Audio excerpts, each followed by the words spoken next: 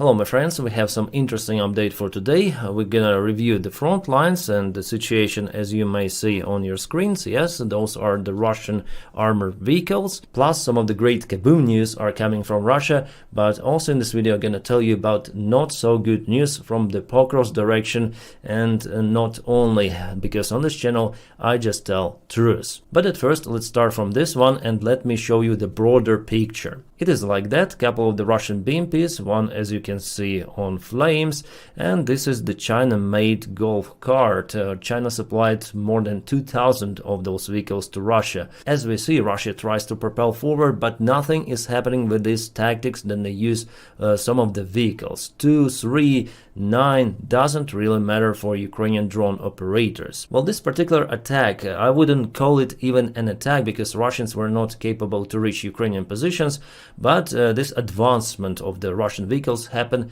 in Novoyelizavetovka, Donetsk Oblast, also not far away from Pokrovsk. Let me show you. So this is Pokrovsk and Novoyelizavetovka is located over here. The convoy was kaputted somewhere in those field roads here on the north. As you might see, it's red, it's the Russian controlled territory, but even here Russians are unable to put their vehicles close to the front lines, not even telling about reaching Ukrainian positions. It means that Ukraine was capable to create the kill zone for at least 10 or maybe even 15 kilometers away from their own positions. And yes, for this one Ukraine used some of the FPV drones.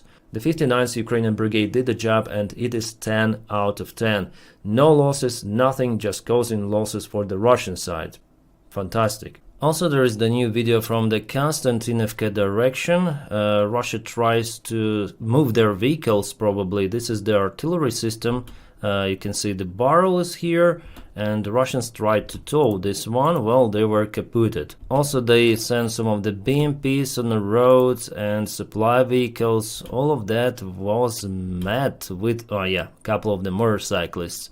That's just the compilation of the Ukrainian Phoenix drone unit operation, and they operate with the help of the Spilnota Sternenko. So Sternenko, he's the biggest Ukrainian drone volunteer. He supplies drones to this unit. So the only tactics that still works for the Russian army is advancing with infiltration forces. Small groups, they just leak through Ukrainian defense, which is not consistent on the front lines, and I would say that the situation in Pokrovsk is not good for now, because Russians managed to get into the main train station yesterday. And there they even commenced the war crimes against civilians. I cannot show you this video fully, but they went to the main train station building and started to shoot everyone around. Unfortunately, there were some of the locals who still stayed in Pokrovsk, which is absolutely not good. So locals, I think they should evacuate from those kind of the places like Pokrovsk and not staying there.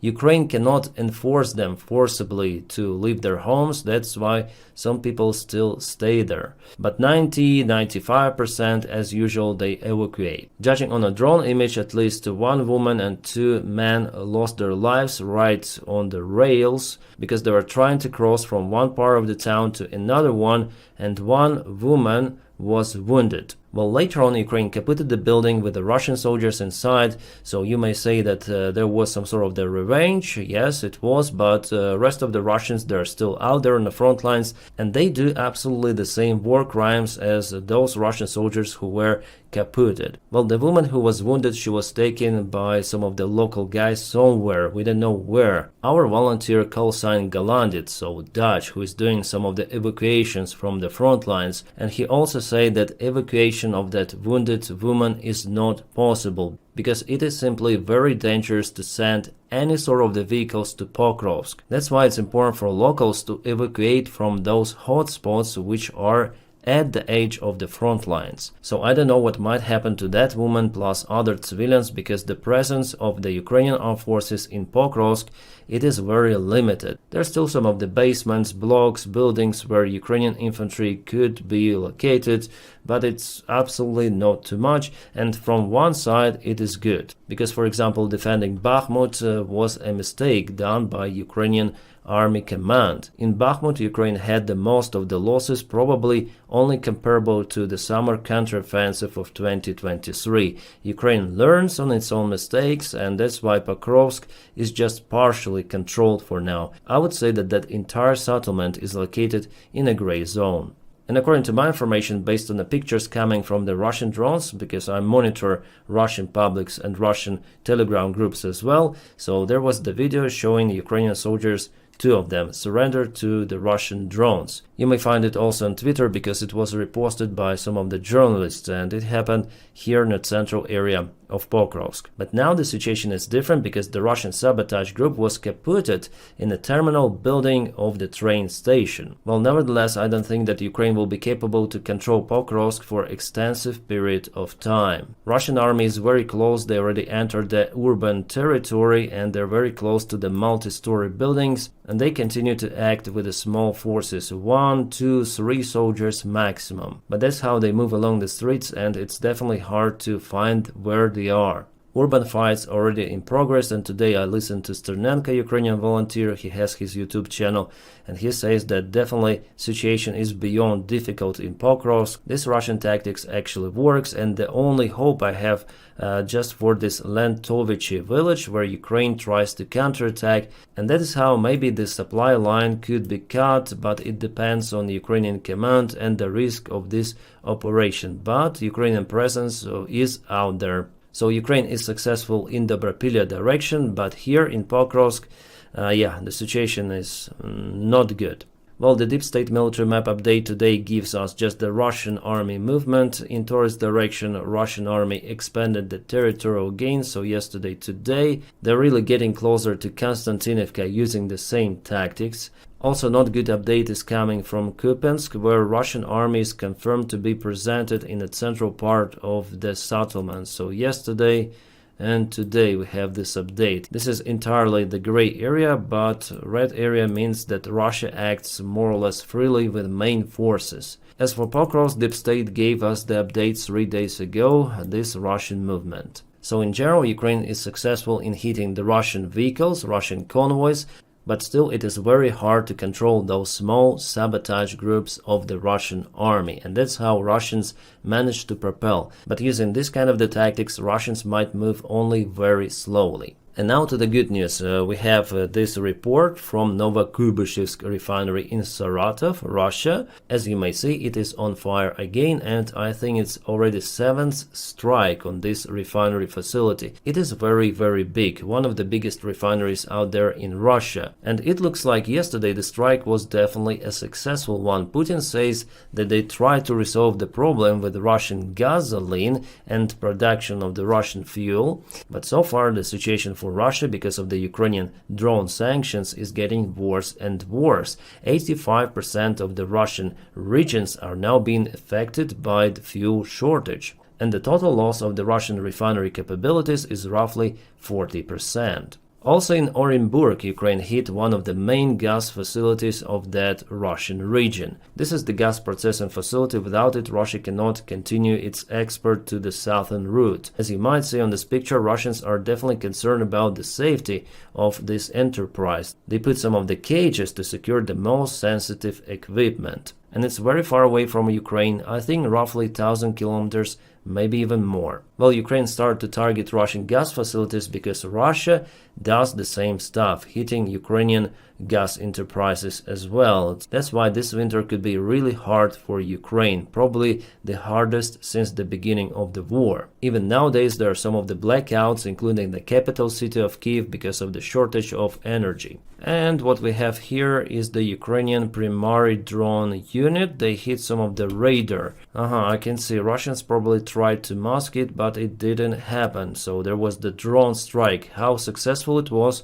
Well, probably this building with radar was damaged. It is called a wild-eye radar, and probably it's stationary one. Sometimes Ukrainian army is using those ultralight airplanes, converting them into drones to operate behind the front lines.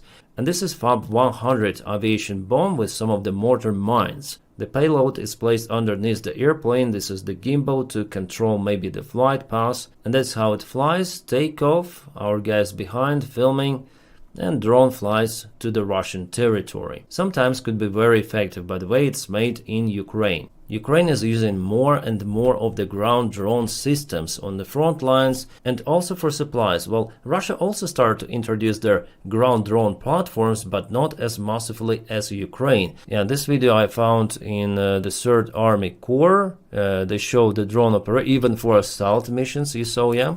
For evacuation for supplies elsewhere, there are multiple of the ground drone platforms. Combat drones, engineering drones, kamikaze drones, all kind of the stuff. And that might actually minimize the Ukrainian army losses. I see it as the next step in this war and in the future wars that ground drones will be presented absolutely elsewhere. They'll be used as the platforms for the drone launchers, for everything. And Ukraine here is one step ahead of Russia. Well, Russia has the resource, it has ally like China. China has the resources and technologies, and they may produce those drones absolutely massively. And I think that China might supply those drones to Russia like they did with the China-made golf cart. So this is must-have for the future army, or even for the current army, but for Ukraine it is more critical because with this stuff Ukraine may have less losses and Ukraine has less army men compared to Russian side. So it's very, very crucial,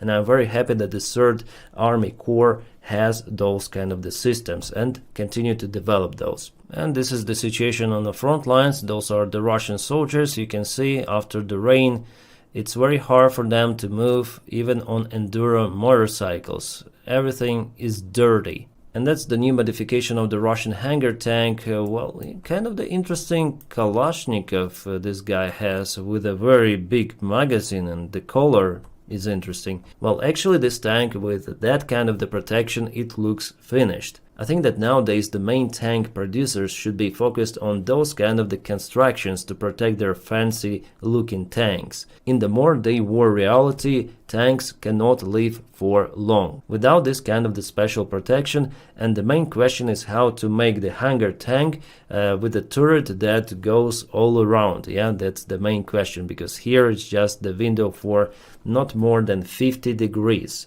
Yeah, we have more interesting news, but I want to make that kind of the video a little separate, so stand by for one more video. I'm gonna upload it in a few hours. And thank you, my friends, for supporting me on Patreon and also membership of the channel. If you want to support the job that I do here daily, please check out the link below where you may find my Patreon, or just click join here on membership. My friends, thank you for making my job possible. I wish you all a peaceful sky wherever you are, and have a great time.